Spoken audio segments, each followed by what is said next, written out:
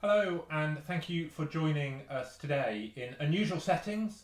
Normally, as Police and Crime Commissioner, I would be holding to account the Chief Constable for the service delivered across the communities of West Mercia. In our normal holding to account processes, we're in extraordinary times, and that leads us to have to do things very differently.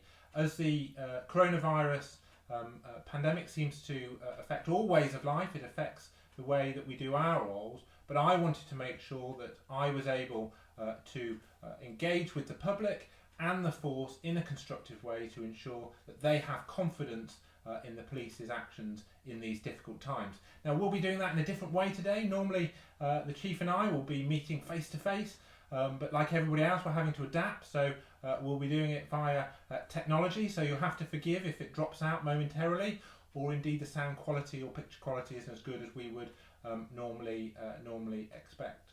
So I'm John Campion. I'm the West Mercia Police and Crime Commissioner. I'm joined on my screen in my living room wall. Hello, John, from a sunny police headquarters. Anthony Bangham, Chief Constable. Excellent. Thank you, Anthony, for joining me, and thank you for taking the time today. As you know, Anthony, we gave the public an opportunity to give some questions in advance or areas that they had concerns about. We aren't recording this to be broadcast live, but we will put it out this evening, but we're going to record it as live. So don't worry if there's the odd slip up here and there. We'll carry on and do it as if it were live. We've had, as I said, a number of questions. So what I'm going to try and do is just steer the conversation around them rather than put them in questions, if that's okay. You will have seen, first of all, Anthony, in the headlines, lots and lots of comments and views around personal protective equipment, and PPE seems to be dripping off everybody's tongues at the moment.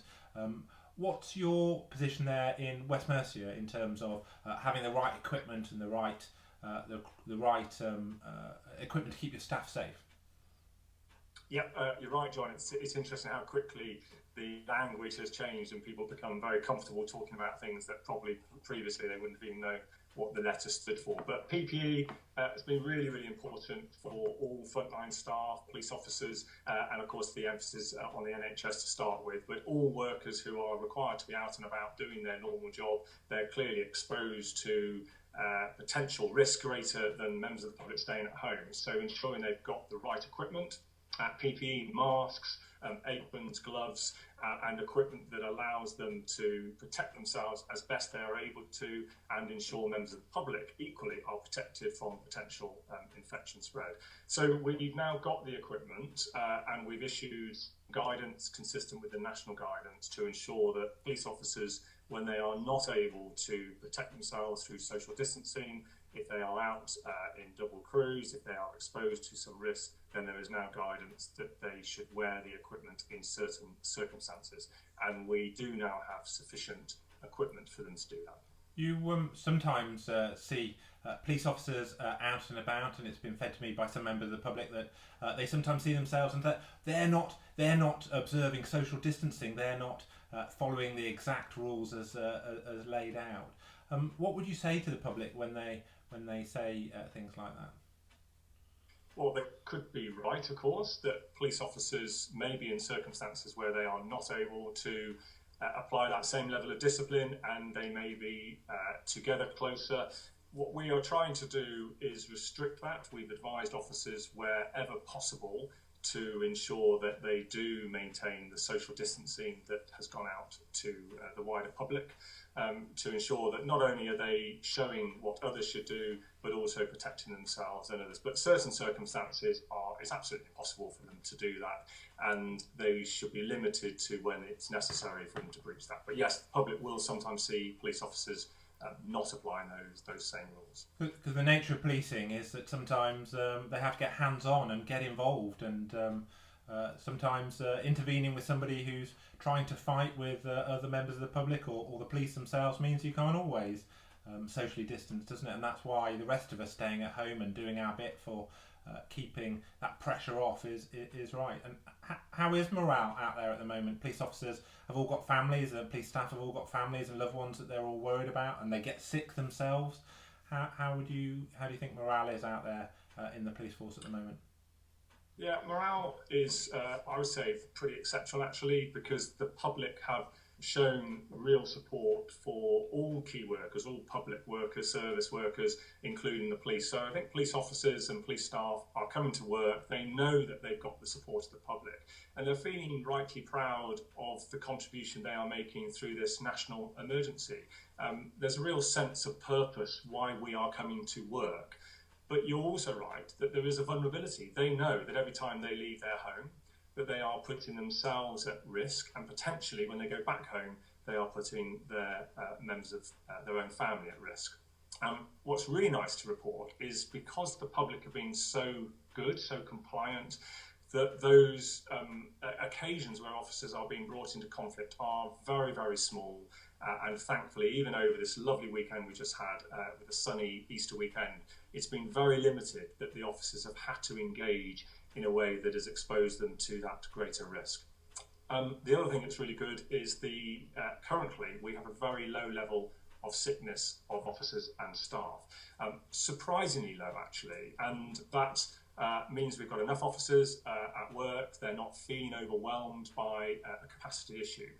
But sadly, we also do have officers that have been tested as positive now. We have officers that are sick, and I have one officer who is very unwell in ICU in hospital. And of course, my thoughts and best wishes go to him and his family and all of his colleagues, because this does affect us all. We're not immune. We are just as vulnerable to this virus as anybody else. It's I've noticed here where I live in Kidderminster, when I go out for my exercise, when I go out, I am far more likely now to see a police officer patrolling in their vehicle. And now, unless you've targeted one especially to my area and you're watching when I go out, Chief, is that more common? Do you think the public will see, as a result of having good numbers at the moment, you would expect the public to see a police officer more often in their community? Yes, the strategy we've put out there is to engage, be visible, ensure. You've probably heard of the 4 E's that have been talked about nationally through policing, which is for us to engage, to explain, and to encourage members of the public to comply with the guidance, and then only when it's absolutely necessary is to then go on to enforce. So engage, explain, encourage, and enforce. And I'm sure seeing the Commissioner out exercising may have been a little bit of a surprise to start with. But, bit of a shock is probably the better description. But you're looking well now, John, which is good. But actually, a lot of people are out exercising, which is really, really nice to see. I would say there's more people out exercising than we would normally see. And of course, they're trying to comply with the guidance. How many times can they exercise? What can they do? What can't they do? And again, the public have been largely getting it right and keeping themselves fit and healthy, which is good to see.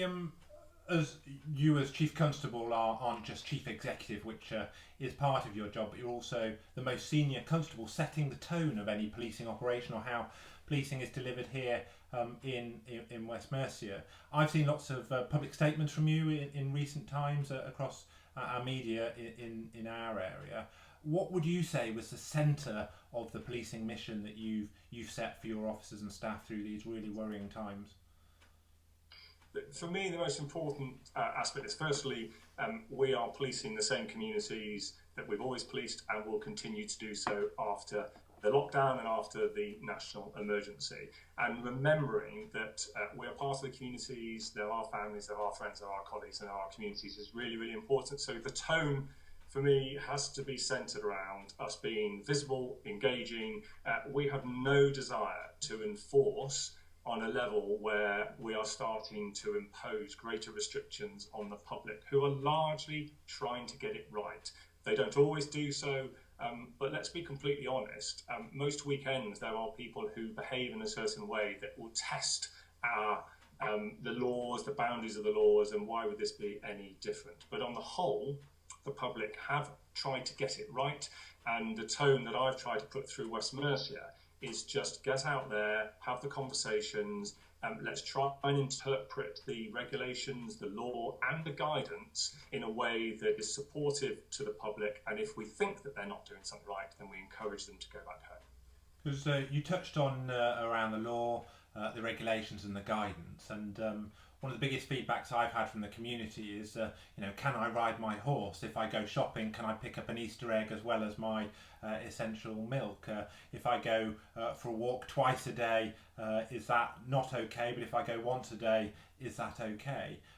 We get I seem to be getting lots of, well, is this all right? Is this not all right? And what would your main message to the public be in those kind of circumstances? There's never going to be an answer for everybody's unique set of circumstances, is there? So what sort of guidance should they use around their behaviours?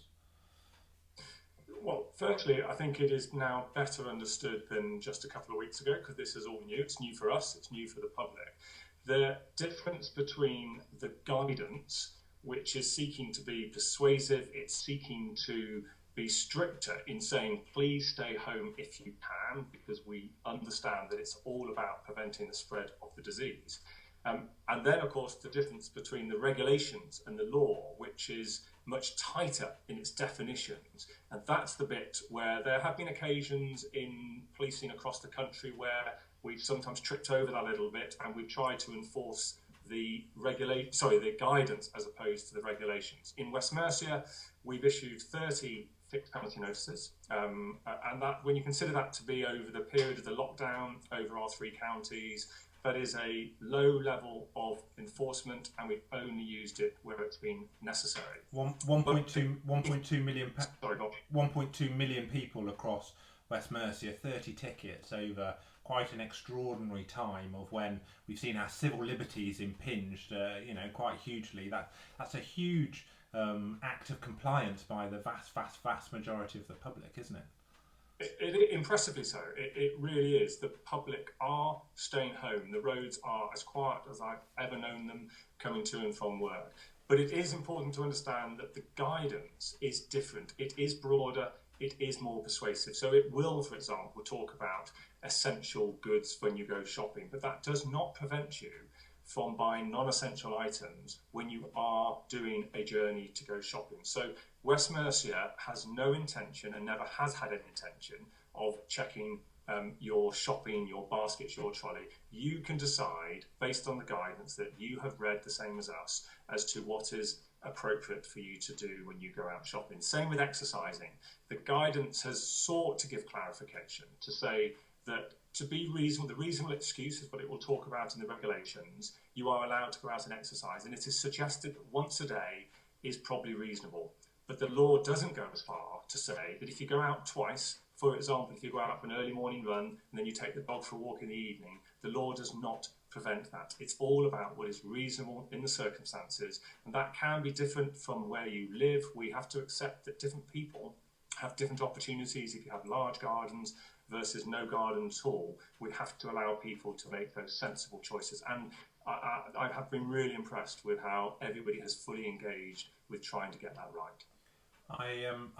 I heard it described to me very early on from the government minister, or the policing minister, around that we're never going to either legislate our way out of this or enforce our way out of it. It's about getting into people's minds about doing the sensible thing most of the time. Every time that people think, well, actually, I don't need to go out, or I can change my behaviour, that will impact on the amount of time that things like the coronavirus are spread, or the opportunity for them being spread.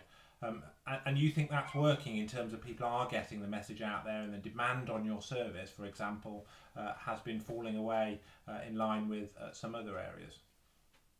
Yeah, so demand pretty much across the board for what you might define as standard demand in any normal time. So the number of 999 calls, for example, is down by about 23%. So far this month, we've seen the number of 101 calls down 15%, burglaries down 12%, incidents down about 10%. So, and the volume of traffic and all matters related to road traffic, collisions, when again you consider we've just been through a sunny bank holiday weekend, it is the lowest we've ever seen. So the public are definitely staying home.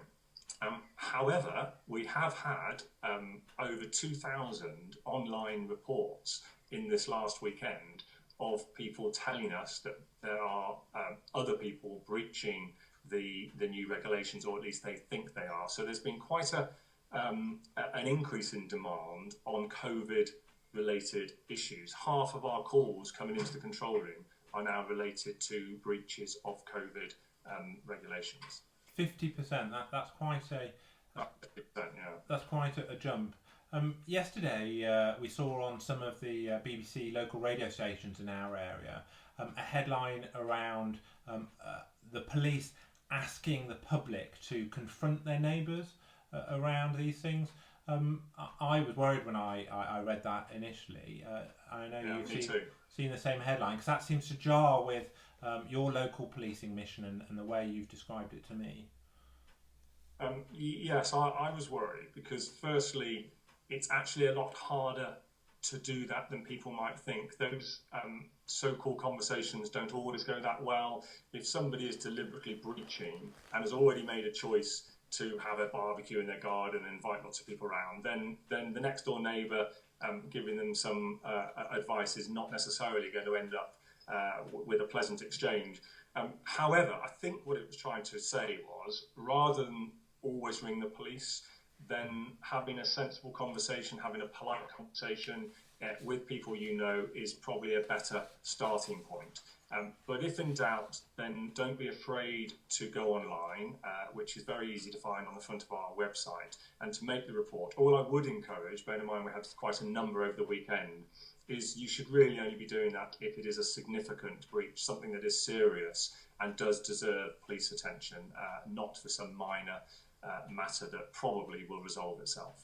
So a bit like the things we were talking about earlier, I've seen my neighbour, they've been out for their exercise 3 times today, and they should only be going once. And that might sound a bit trivial as I describe it, but making people just sense check themselves before they get in touch, as we would normally expect the community to do. Because sometimes you think, oh, I see something wrong and I want to tell somebody about it, but actually in these times we just need to make sure people are certain that there is something more serious there, because we're not all perfect, are we? As we live in these extraordinary times, people will cope and respond to it in different ways. Yeah, and that's quite a good way of looking at it. We don't need or want those reports, and in fact we can't really do anything, because the guidance is what is advising people how to act with that stay-at-home advice. The regulations is much more restrictive, and that where we have had appropriate calls, and just to give you one example, we had a group of about 20 young people came across from Birmingham into the Clent Hills in Worcestershire. It's a beautiful open space, very popular on sunny weekends. They were not engaging in exercise, they were having a picnic, they were enjoying themselves, and they were playing cards. Now, clearly that brought us into a situation, it was reported to us, and then we had to act and advise them and move them on. But they should never have been doing it in the first place. They know that, and that's an appropriate call for us to get involved with. I would just ask, and it is interesting to note actually, most of the breaches have been in a young, perhaps we shouldn't be surprised, a younger age category of between 18 and 24, people who think they are immune from this and it doesn't affect them, but of course they are potentially spreading the virus, and we would ask them, just like everybody else, to stay at home and follow the advice. We've seen, and you mentioned it earlier, Anthony, around the roads being a lot quieter. I, like lots of people, will follow some of your operational policing units on social media, Twitter and alike, and they seem very active at catching those that aren't being responsible and staying at home and might have a more normal criminal propensity in usual times, that seem to want to carry on some of their criminal behaviour. They seem to be sticking out more on the roads, and there seems to be those that are out there committing crime are a little more obvious as more people are staying home. What kind of impact have you seen on crime and serious and organised crime in this period? And what are the force sort of adapting to ensure that the eye isn't taken off the ball in keeping our communities safe? Well, there's one thing for sure, and that is serious and organised crime, county lines, all the things that we talk about in ordinary circumstances, does not respect the law or the guidance that is out there. It never respects the law in any case, so we shouldn't be surprised that it doesn't change now. They are still active, they are still crossing our counties, and we are still out there engaged in the same level of activity that we always would, some covert, some overt. Roads, we are policing them. We have had some concerns raised nationally that the quieter roads are leading to people tempted to drive at some very dangerous high speeds, and we are out there following the intelligence to ensure that where we do have reports of people excessively speeding, particularly when we have more people exercising on roads and cycling, that we are ensuring their safety is protected, and we will prosecute in the same way that we normally would for the most serious category of offenders. And your investigative teams, your teams dealing with all of this, are all still active and carry on their work. So there's no moratorium for that type of activity. I've been reassured, and when I've been briefed by your deputy over the wider operation, it's been great to hear that actually in these difficult times they are still able to concentrate on that harm that causes on the issues causing the most harm in our society at the same time. Yes, and it's an important message that policing across West Mercia, it's a hard phrase to use business as usual, because I'm not sure that's appropriate any longer for what we're dealing with, but we are still policing the same threats, the same harms, and the same vulnerabilities that we were policing just a month ago. And if anybody feels that they are in any way in danger, particularly in the household, we have to understand again that the home is not always a safe space for everybody. So people who are suffering from domestic abuse, child abuse, issues of physical or emotional violence, then please do always call us if in any way you need to talk to us or you feel you're in danger. And there's been a lot of advice circulated over the last few days around using the 999 system, and if you are unable to speak because of the threat you face, then you just simply press 55 after the call handler has answered, and you should never hesitate to do so. There's we've seen a lot in national press, and I know the Home Secretary and others have been talking about it, and again myself here and in West Mercia are also highlighting, because those services out there for some of the most vulnerable in our society, whether it be domestic abuse victims, still carries on. It's have to adapt and change, but the services are still there, and the police will always, and we touched on it earlier, they can't always socially distant. They will always respond and deal with people in danger in the same way as they would do normally. So these straitened times don't change it, and it's great to see West Mercia's response and focus on the most vulnerable and how we help and support them. There is also some wider help online as well on the West Mercia Police website and the West Mercia PCC website, to some of our other local agencies as well. We've touched quite a bit on the public, Anthony, during this conversation. What would be your central message to the public as Chief Constable? What can they do to help get us through this and get some normality back into our lives sooner? What role do you think they can play, and what are the key things that they perhaps can do to help? Well, they're already doing it, John. Everything we've seen over the last few weeks, but in particular the last few days, where I think there has been that more sensible adjustment to the new way of living. They just need to carry on doing that, because the more they're staying at home, the more they're sensibly interpreting when they can go out, that reasonable excuse, the opportunity to go shopping or the opportunity to exercise, the more they're doing that in full compliance with the spirit of the guidance as well as within the regulations, then the less we have to police, the less we have to get involved, and the more we can focus on just keeping everybody safe. And I'm pretty confident that we'll get through this very quickly. But I go back to where I started. It's been an impressive level of compliance across West Mercia. If everybody can just carry on exactly as they are, and for those that have been a little bit tempted to push the boundaries, to seek to breach where they clearly know it is a breach, then please don't do that. It's not good for us. It exposes us to risk, and we would ask you just to stay home as the advice has been clear. Thank you, Anthony. That for me is really clear for the public. Another thing that's been very clear from the public, and we've seen it in recent Thursdays when we've seen people clap outside for their NHS and their wider key workers, the admiration and the support for your officers and staff as they go through these difficult times is really impressive out there, and I, on behalf of the public, want to thank you and the staff for the work that they're doing to keep us safe. Thank you. It's not easy in normal times, but I think in these straitened times it's even harder when they're worried about their own loved ones and their own personal safety, and as I said earlier, they're not immune to it any more than civilians are, and I want to say thank you on behalf of the public. And I know as we go through this, if we follow those simple things, we will come out the other side. I want to thank you for joining me today, taking time out just to answer my questions that have been influenced by the public and give a bit more information to the public. Depending on how long the pandemic goes on, we will decide as to what else we might or might not do in the normal sense of things.